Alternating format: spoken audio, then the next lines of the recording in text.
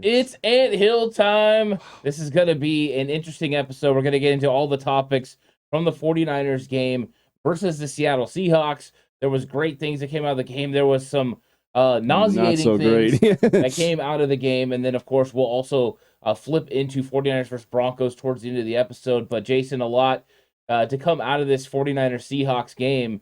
I thought overall it was nice to come away with a win, but when you have things happen the way they do, it kind of leaves you with a happy feeling. yet very empty. Yeah, very empty. Very empty. So let's go right to that. I mean, I think everyone knows what's going on is Trey Lance is out for the season. He has a broken ankle, according to Kyle Shanahan, that's going to require season-ending surgery.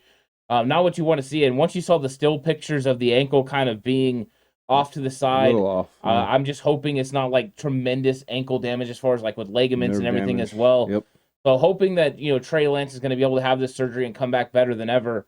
But what are your feelings about, Trey Lance being hurt and being out for the season?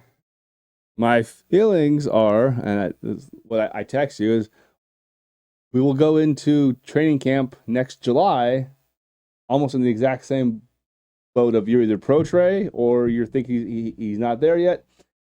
He will have gone almost 1,000 days and had 6 starts by the time camp rolls around next year. That's a big question mark. Like, it really is. And I still, as long as his recovery goes well and there's not anything severe or catastrophic, I still think he is our answer. But man, I was totally okay with this being a year of, yeah, we're really good. Yeah, we have a top 3 roster in the sport, but Super Bowl this year is probably not out of the question because we need to see where Trey is. Yeah. Now we're going to go into that same boat next year, and it's concerning from that angle. Is he gets a little antsy about going into his 3rd year, so we start kind of, that's the time where some guys start looking at an extension. He's nowhere near extendable for obvious reasons. It leaves the franchise with a lot of questions. Just with him alone. Yeah. I mean, I think there's questions. I kind of responded to you, and now we'll let everyone in on our conversation. I think there was going to be questions after the season anyways. Jimmy Garoppolo was going to be a free agent. He was going to be moving on. And then with Trey Lance, you're probably not going to get all those answers because just seeing the way that he was developing, he was going to develop and he was going to be making plays as the season progressed because he was getting more comfortable with what the NFL was doing, the speed of the game, what his responsibilities were. There was going to be improvement. Yep. But minus him winning a Super Bowl, there was going to be questions, right? Yeah. There was still going to be the people that were... From some people, yes. Yeah, there's still going to be... Of course there is, because... Well, yeah, Super Bowl didn't win anything with Jimmy, so... No, but until you prove that, right? Yeah. There's still half of the fan base that says, well, you didn't win a Super Bowl. And that's just kind of how this thing is. It's quarterback play in the NFL in a whole, but it's quarterback play in San Francisco that really plays into it. Thing, yeah. It's tough to play quarterback for the 49ers. Now, I felt really bad for Trey, number one, because I hated to see his season end that way. He looked pretty good to start that game. He was doing well, sharp. And I just saw the injury and I thought, man, please get up. And then after, I thought he got hit in the head because he was holding his head up. Right. Thinking, oh, he got a concussion. Oh, okay. Well, that sucks. Yeah, well, he grabbed his head because he knew that, hey. He knew what was up, but yeah. And once he gets carted off. Started to stand up for a second, and he realized that he couldn't stand up. He was like, oh, this is not good now. Yeah, once he gets carted off, I'm thinking to myself, okay, well, maybe it'll be like 8 to 10 weeks. Yep. He'll come back, and then he'll be able to kind of keep. At least get some reps in again, yeah. The one good thing coming out of this is Kyle Shanahan talked in his presser about, going and talking to Trey Lance after the game. And Trey talks to his coach about going through the plays that happened right before the injury, about his reads and seeing if he read the right play and made the right reads. I thought that was showing his mental, because that's really where his advancement's going to have to take place. Yep, Not only is he going to have to get stronger getting over this injury, but also mentality-wise being able to make his reads, keep going to these meeting rooms if he can, learning, what's going on from Kyle Shanahan, because my thought process is he still needs to learn to see football the way Kyle Shanahan sees football. Video. Right now, I think there is a little bit of a disconnect from the way Kyle Shanahan sees football and Trey Lance sees football, but I thought they were going to get that during the season. Get there, yeah. I really did. So it's frustrating to have Trey Lance out for the season. the other thing is like I view it as a process, right? It would take a step or two back this year to take 4 or 5 steps forward in the next 10 years, because like it or not, there's just things that we've seen him do already that Jimmy just can't do, and those elite quarterbacks, the Joshes, the Justins, the Joes, the Patricks, he has that level of arm talent. Obviously, he's nowhere near their level, but when it comes to winning games in late January and February, you need to have a guy who can make a big throw or not take a sack. And his ability to scramble and move, because it takes pressure off the O-line and the run game, because they don't have to be perfect every play. So it's frustrating from that too, is because we know what Jimmy is. Good quarterback, hell of a guy. But against those kind of guys, our room for our margin for error is tiny. And even with Trey being so young, he gave us a bigger margin for error because of his arm talent too. Yeah, and now Jimmy steps in, and Jimmy's going to be the quarterback. And since you went ahead and was already, discussing Jimmy, I thought, let's just go right into this topic. You're right. I mean, that's one of the things that Kyle Shanahan loved about Trey Lance was, number one, he was going to, when all hell broke loose around the pocket, he was going to be able to extend plays and make plays that Jimmy normally couldn't make, or a normal pocket passer can't make. Also, it allowed you to play 11-on-11 football because you had to account for Trey Lance. Those things don't exist with Jimmy Garoppolo at quarterback. No. The one thing that does exist from Jimmy Garoppolo that I think could be a positive is the quick release. Jimmy understanding that he needs to get rid of the football really quick could help this offensive line overall. It's a different animal when you have a pocket passer like Jimmy that can get rid of the ball quickly and a quarterback like Trey Lance that's going to extend. The way offensive lines play is completely different. Yes. So this offense is going to look different. Of course, you're going to go back a little bit more to what Kyle was doing in the previous years with Jimmy. I expect there to be a little bit more shotgun. That's what he did last year. We'll see how that works out. But Jason, what are your thoughts now that Jimmy steps in? Number one, how did you think Jimmy looked coming off the bench, not really having that many reps during this offseason, and helping the 49ers beat the hated Seattle Seahawks? That because Alex was at the house and watching the game, and that was the first thing I said, and obviously if you watch the shows, he's Jimmy Man Crush. And that's Horst for everyone that doesn't know that his first name is Alex. Alex, yeah. Yeah. Bad. And I'm lukewarm to him. But I said, for having no reps in camp, no preseason games, he didn't look that bad. Like, he had a couple bad throws, but he also got the ball out and was pretty accurate too. I thought his best throw was the one that my guy BA had right in the hands, and he dropped it. Yeah, that was outside the numbers chunk play, which we always assumed that he was incapable of doing. So maybe the shoulder surgery has helped him get the arm strength that he had back, and plus a little more because of the rehab process. But I thought he looked pretty good. Right, he looked like he was a quarterback that could step in and help you win football games. That's what you wanted when John and Kyle decided to keep him there, and he talked about that a little bit. He said that the 49ers weren't a part of the conversation there at the end, that there was lots of teams that were talking to his agent, but it wasn't the 49ers. The 49ers entered late and then came in with a contract, restructuring, and he said he felt comfortable being in San Francisco, with this roster and this offense, and that's part of the reason he can step in like this and run that offense. He said there was new things, but it felt like 2017 because he was able to just kind of go out there and play football and whip it around. That's when he was at his best, really, was those 6-7 games that he had back then. So yeah, I don't think he's as athletic as he was then, just the way he moves. No. But it was nice. That throw to BA was fantastic. His throws that he was throwing to BA down the field that were underthrown or appeared underthrown. I think that was on purpose, though. It could be on purpose. I think it was. And by God, one of my other favorite plays of the game, we knew we had it in offsides, and we just said, screw it, let's throw it deep. And what happened? We got a PI out of it, too. And what a concept. We got to give Jake Brendel credit, because Brendel has the the bad snap that, caused the 49ers to get no points because Dwelly, of course, picks it up. Great move by Dwelly. It was. But then the blocked field goal. But then later, Brendel does that, And you've seen Jimmy dap him up because that's a setter has to pay attention, catches him off sides. And then good thing for Jimmy chucking that ball downfield. And PA almost caught it. That would have been a hell of a catch, It would have been impressive. Michael Jackson was right there on him. But that was a fantastic. Why was he arguing the PI? And that dude was talking a gang of the whole game. It's like, bro, your team's getting scored. Shut up! Like, what are you doing, guy? Well, I mean, I think Kobe Bryant was talking a lot of trash from the slot as well. Kobe Bryant commits more fouls than the one that played in the NBA. Hey.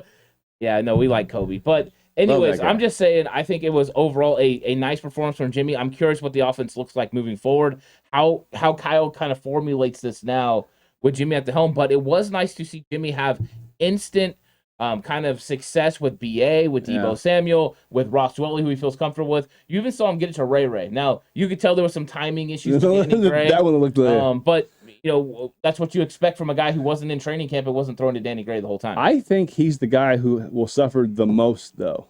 Danny Gray? Yes, because I look at him more as a shot guy over the top off play action. When we had Trey, I'm not sure that style or those kind of plays will be as big of a staple with Jimmy. You say that now. Yeah. But what happens? Of course. What happens the next time Danny Gray catches one over the middle going full speed? Well, if it's like that, then he's gone. But I mean, I think a 40, 50 yard just. Well, I think if you put him in the category that he's only a deep guy, then yeah, you're right. He's going to take a hit. But if you talk about now him catching deep crossers, that'd be nice too, though. Yeah, he can house call him. He's got that speed. Do I think they need to get chemistry? Yes. Does Jimmy still need to take shots down the field like he did in this football game? They have to. Danny to. Gray? They have to. He has to. So hopefully they will. But Jason, one thing absolutely have to. That was very evident in this football game was this 49ers defense is absolutely suffocating. So I tried to tell my dad because he was all happy. Seahawks fan. I said, Pops, what a shame. You do realize that the 2 touchdowns that they scored against the Broncos were literally on busted coverages. Yeah, they were a good throw and a good spot by Gino. No offense, but I could have made that throw to Disley. I mean, he was that open. But I said, you're not going to get those lapses against us. You're just not. And I said, your O-line's still going to be questionable. And that defense, they've allowed 19 points as a defense in 2 games. In 2022, where we just saw a team led by Tua Tagovailoa score 28 in the fourth quarter. They've allowed 19 points in 2 games. Yeah, the defense it's fantastic, man. It is fantastic, and I think it's funny. A lot of people watch that game against the Denver Broncos, and I did a breakdown on Patreon. And right away, people were talking about the Seahawks offense looked good, and I was like, and part of the reason it didn't look good is just like in this game. I think there's one point in the fourth quarter. I don't know what the finishing numbers were, but one time in the fourth quarter, Geno Smith is 23 of 28 for 187 yards, and I'm like, he completed 23 of 28, and they can't get first downs. I mean, that's just what it came down to, and the 49ers just squatted on everything underneath. They played everything tough. They ran zero coverage and handled DK Metcalf. Mosley did a good job against him. The corners, Mooney Ward and Emmanuel Mosley are really good. I mean, really freaking good. And you know what? We have Sam Womack, and he handled himself pretty good in the nickel. We don't have Jimmy Ward yet. No, we don't have Jimmy Ward. That's the thing where you're like, so in 2 or 3 weeks, our defense is even going to get better. Yeah, you have Jimmy Ward and potentially Jason Verrett. Yeah. I mean, this secondary is going to get better. Ambry Thomas and Deommodore Lenoir are helping on special teams. And they were, 2 guys. They started and played well last year. They played really good. So that's the thing. The secondary's not going away. And part of the reason they're not going away, Jason, and I know we didn't talk too much about the defense, but Hufanga is a playmaker. Talanoa Hufanga, once again, for a second week in a row, makes plays. Right place, right time. Including tipping one away that gets intercepted by Tayshaun Gibson. So the safety's out there making plays for the Niners. And then also Mooney Ward had an interception. You had the fumble on the special teams. The most bizarre play call of all time. Oh, the DJ Dallas throw. Hey, what are you talking about? Did you hear what Pete said about it? No, I tried not to listen to Pete. Yeah, he said it worked. We just didn't execute it. It worked, we just didn't execute. So then, by definition, it didn't work then because you didn't execute. It's not that hard to figure out. He must have given himself a concussion from chewing on his gum too hard. Well, I noticed in the first half, gum wasn't an issue. No. In the second half, the gum came out. I think he thought it was like going to help. Maybe reinvent something. Yeah. That throw was. Yeah. Yeah. I don't know. It's Pete, man. He's getting old and senile. So. But overall, I think that he's building something there. They got some good young players. They're a couple of years away if they can get a quarterback. They do need a quarterback. You have Lockett and Metcalf, and you can't get offensive point. But part of the reason they can't get offensive points is because Hufanga's everywhere. Mark Schler's new man crush. And it was Moose Johnston's the week before. Started before, yeah. But Hufanga's in the box making plays against the run game and run fits. He's running all over the place, tipping balls, making plays, big tackles. That one he flew up on Tyler Lockett and knocked it away on third down. Yep. He's driving on the football. Hufanga to me is playing better, and he had some errors in week 1, but he had very few in this game. It was a very clean sheet for Talanoa Hufanga, and now I'm very excited about him moving forward because he looks like an absolute savage. Yep. And if we have the kind of studs we have on the front line, in that linebacker group, and now in the secondary, there's not any holes on that defense. And we have Tayshaun Gibson playing, like you said, Jimmy Ward, and Gibson's playing good. He actually is playing really well too. Yeah, I'm pleasantly surprised about his skills in pass defense. I knew he'd be a force inside the box, but his ability to be in the right place at the right time, to stop a receiver from getting extra yards, like if he gets his hands on you, you're going down. And that's if it's 3rd and 8 with how many teams like to throw the ball short and try and get extra yards off a missed tackle, you got to be able to make tackles, and he makes tackles all the time. Like nobody gets off him. He's just a stud. Like he just really is. Yeah, his understanding of offensive concepts really helps. Like he understands what this offense is trying to do. And I'll be honest, Seattle's offense is pretty rudimentary. Like it's pretty basic. You're trying to overload one side to run the football. Once they adjust to that, then you go weak side. That's what their run game is about. They tried some trick plays because they knew that there was just nothing out there because the 49ers secondary was absolutely squatting on these short routes. Everything. Well, that's where Geno was going to be successful. Get the ball out quickly, get it out. But when they didn't play off the way Denver did, it caused a real problem. And the 49ers could rush 4 and drop 7, and that made it more difficult, where the Broncos tried to consistently bring 5, and drop 6. So it was just a different game plan. The 49ers executed it to a high level. But Jason, I have to ask you this.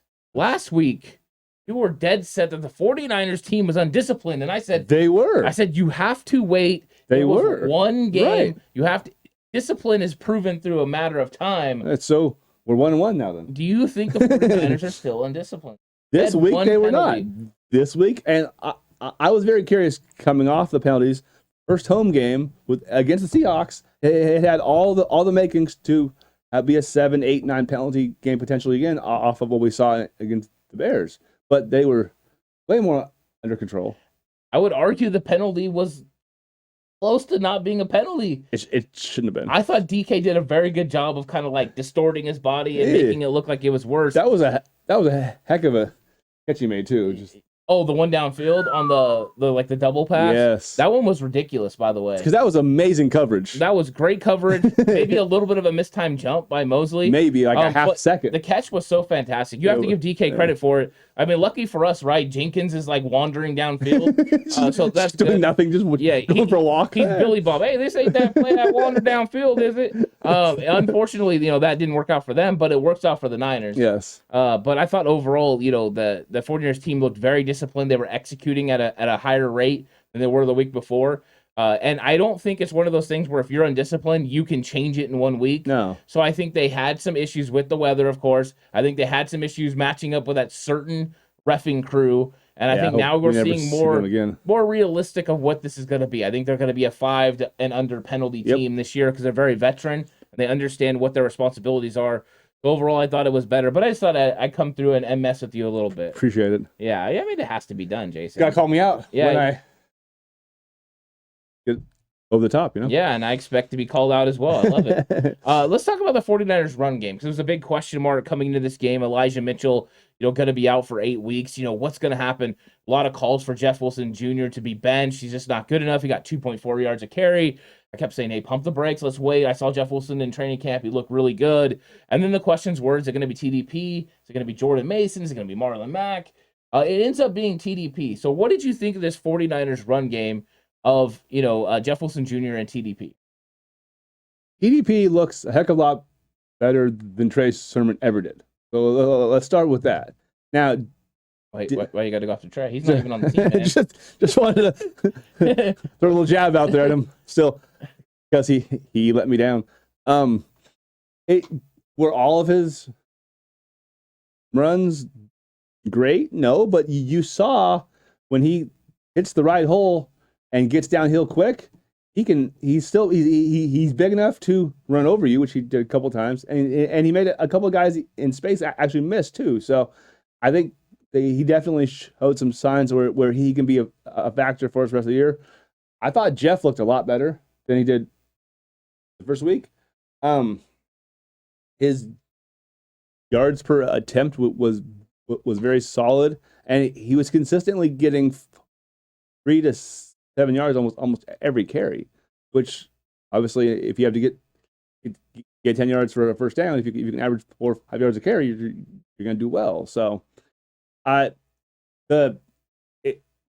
was nice to see Debo actually get a nice little chunk play. I feel like that kind of got them rolling after everything is started off that way. It was kind of nice to see a boom, boom, boom out of the what could have been a rough spot on the field. He makes one guy miss, and then of course in Debo fashion, when he realizes that he's not going to house it, he puts his helmet right in the guy's ribcage too. That was awesome.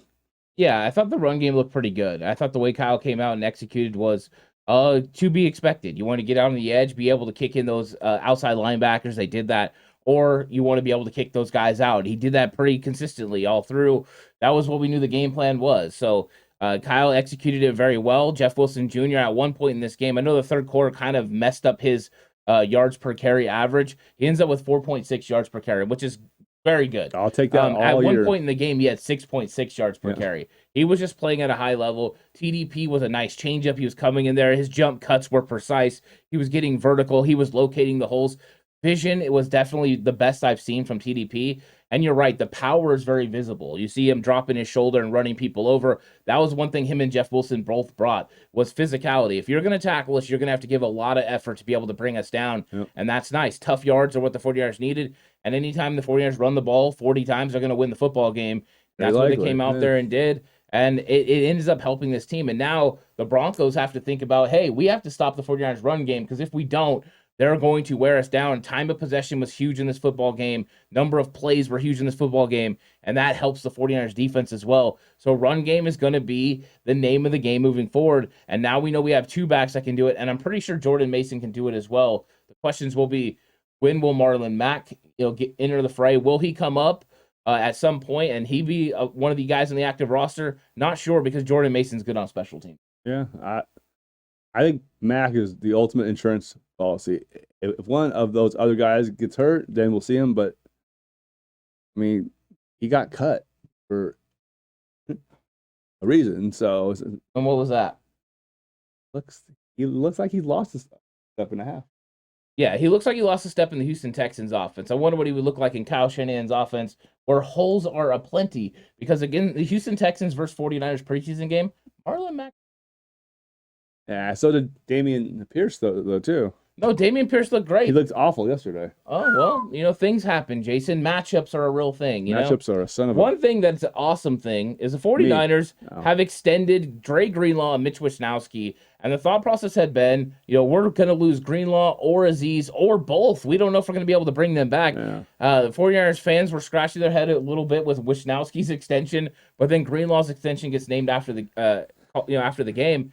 So we're going to have Greenlaw back. Him and Fred are going to be locked in loaded for the next few years. For a couple more years. It was funny because after the Wishnowsky extensions, some knucklehead on Twitter with a Niners handle, so he obviously is super intelligent, was very critical because all the guys from this, a bunch of these guys from this class have gotten extended yet, and they haven't locked up Bosa yet. It's like, bro, shut up. Like, They're going to get Bosa done. Relax. But this 2018 draft class is clearly becoming the anchor to this entire roster.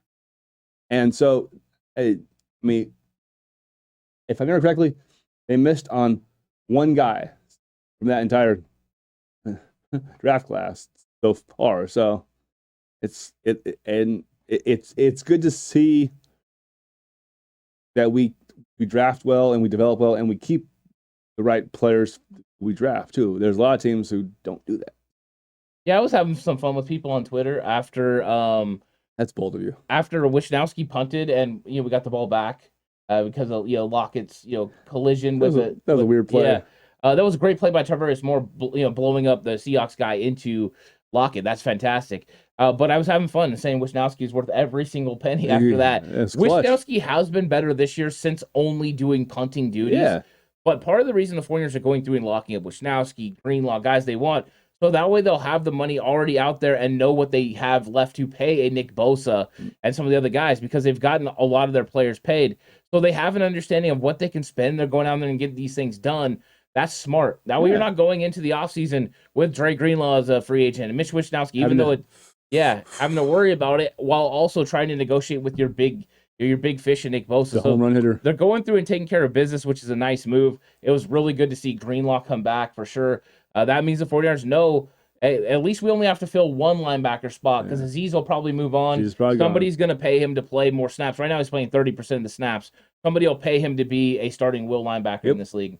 So that's at least good. Now, Jason, 49ers versus Russell Wilson is coming up Sunday Night Football. Mike Tirico and Chris Collinsworth, baby. Yeah. So Pro Football Focus extravaganza. Are you ready for this game? So what are your thoughts on 49ers versus this Russell Wilson?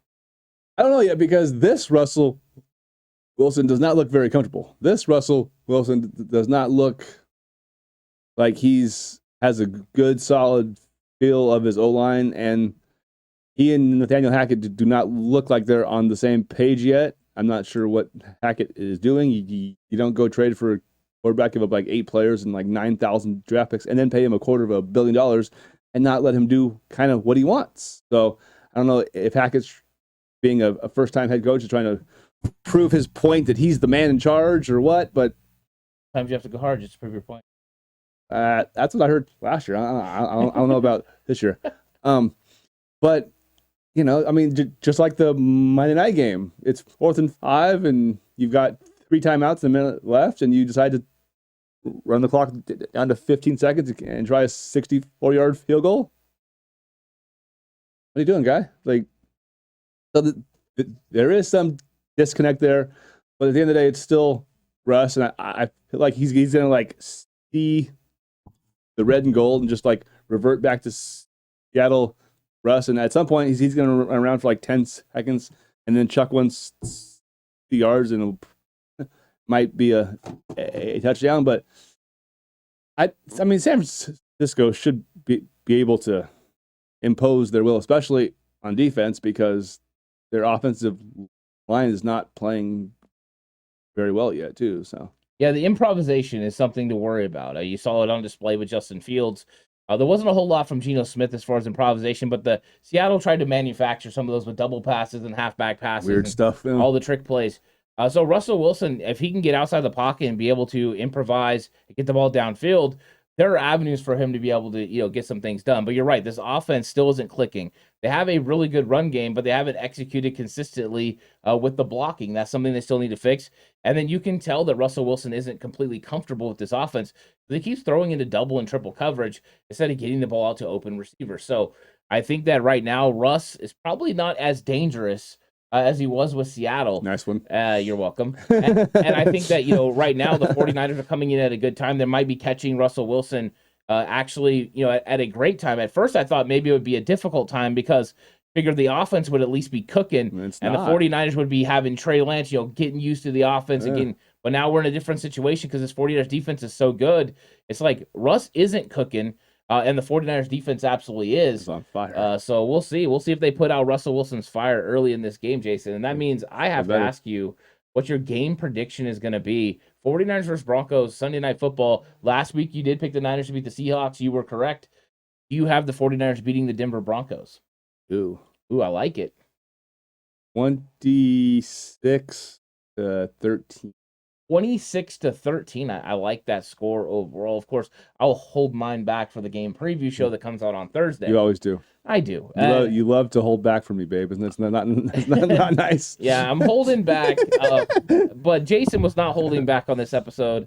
Broncos going to be a tough matchup, but the 49ers definitely know what they're getting themselves Mile High into. is going to be tough too. That's the only problem there. Yeah, it's not going to be easy, but you know what? They have a tremendous rotation. And I am curious to see what they do with the rotation. Wise Kamoko Toure was not available. I wonder if they're going to make all the defensive linemen available when they play Denver. They definitely could. They have the roster spots to make it happen. So we'll see what they do in this game. Because that altitude, man. Yeah, and one little thing before we go. It's different. Do you think we're going to see George Kittle against Denver? Yes. Okay, so George Kittle will be there. Yeah. Jason said absolutely lock it up. It's happening. It sounded like he could have played if it was a playoff game. This week, he probably would have played. So if they're at that point, it lends me to believe that by this week, by Sunday night, he will be ready to roll. So yeah, I think they knew they could beat Seattle without him. Yeah. So they went ahead and just hey, we'll give you an extra week. Buddy. Made a smart decision. It's always a smart decision when you're dealing with the groin. Especially with the groin. Err on the side of caution. I hope you guys all enjoyed the Ant Hill show here on 49ers Cutback. It was a great episode. Jason, I'm looking forward to even more. Of course, you can catch Jason as well over on Patreon for 49ers Face Off, where he goes head-to-head with Horst from Slightly Offsides. It's a great episode where they get a little bit into each other, and because it's behind a paywall, it happens. I'm the referee on that, and I try to keep them separate, but you can't. It's wildness. So if you want to enjoy Face Off, there's episodes over here on YouTube that you can check out, and then head over to Patreon and check out the new episodes that are coming out this week. It's gonna be a good one. But Jason, great episode. Looking forward to the next one.